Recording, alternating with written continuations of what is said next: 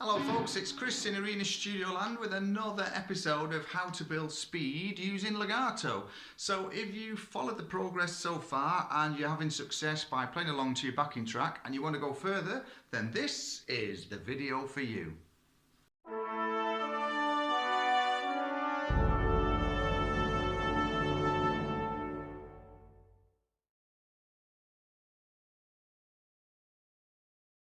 So thanks for sticking around. Episode 3 of building speed and helping you to play fast by using just Legato.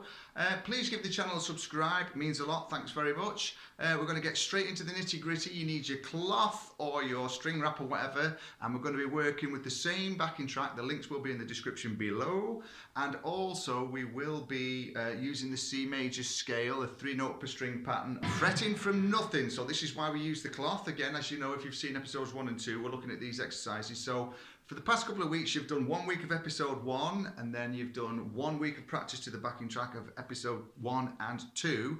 Now you up it again for week 3, where we've got 3 exercises, 1, 2 and 3, that you're going to work on every single day. Okay, now this is what I call my 4s exercise. You might have seen similar things, scale patterns and of the like in the past when you've been working on, say, alternate picking or economy picking. But basically what we do is we start on the 8, 10, 12 frets of the E string and we go.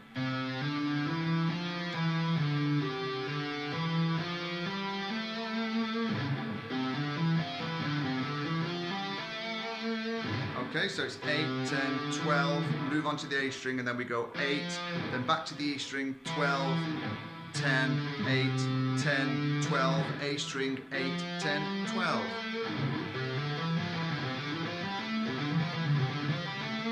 And again, what you'll find difficult with this is because we actually transition to another string and then come back with the little finger when we ascend on the little phrase, the 6-note phrase, you'll find that that might be the part that causes you a few problems. So then what we do is we just practice it in isolation on the first pair of strings like that.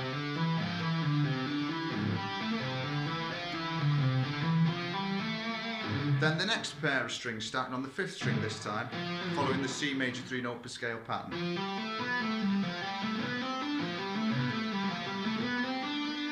Next 2 strings.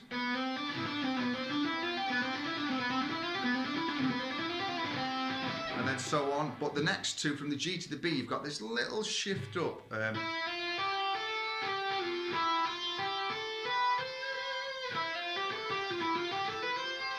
And then the final 2 strings, then we've got to do it in reverse.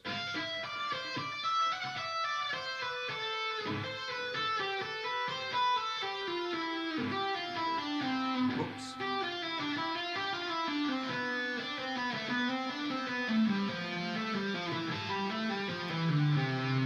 So I'll show you the whole patterns, ascending, nice and slow, ascending and descending. So we've got this.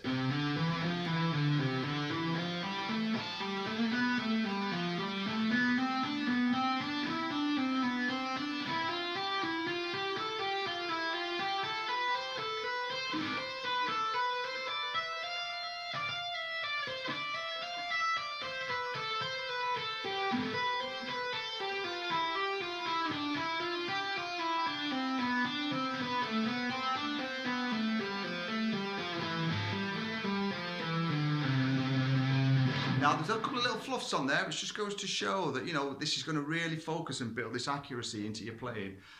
So if I put the track on, I'll play it for you, ascending and descending, fingers crossed, without warming up, and hopefully with not too many mistakes, and then it'll give you an idea of how to go. And then the next thing we'll chat is how we're going to practice this for the next week, okay? So it's not too fast, it's nice and steady. If it is too quick, go to a metronome slow and build your speed first.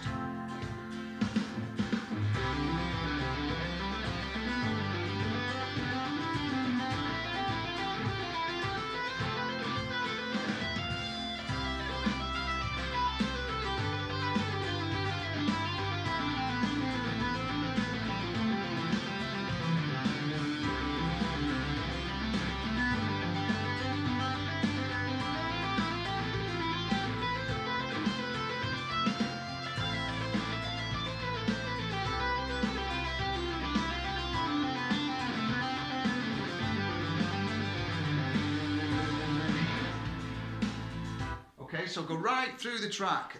So third week this is, you're going to practice exercise 1 all the way through the track and then rewind the track, go back to exercise 2 then, and then you're going to add exercise 3 for this third week. And I think we've got about 7 or 8 exercises altogether, and like I say, it will take you up to about 40 minutes, but this is gonna, if you do this daily, this is gonna have a massive impact on your legato technique, because again, as we point out, when we fret things,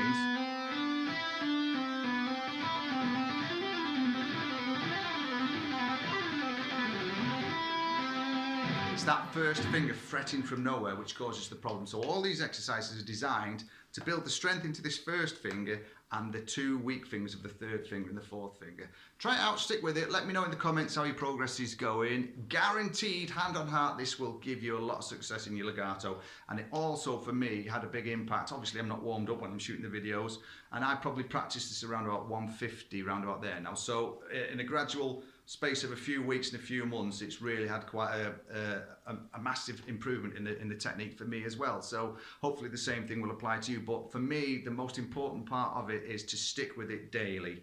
And it's all on how keen you want to get good at the guitar. If you want to get good, then you've got to put the time in. You're not going to get good on 10 or 15 minutes of just playing different techniques. Focus on the one technique that you want to master or improve, such as this legato speed, which will add a lot of fast playing into your daily techniques and scalar runs. And if that's what you're looking for, then this is the perfect route. And then what we'll do probably in the future is, when we've all gone on this journey of the legato and we've improved this dramatically, then we'll look at economy picking exercises, where we'll set a practice routine for that. And then I'm pretty convinced we could probably nail the whole lot of economy, alternate, sweep picking and legato maybe within an hour a day. But again, it sounds a lot for some players out there, an hour, but if you want to get good, get great in a band, or maybe even get to the stage where you can teach and earn a living from guitar playing, then these are the things that you have to put into place.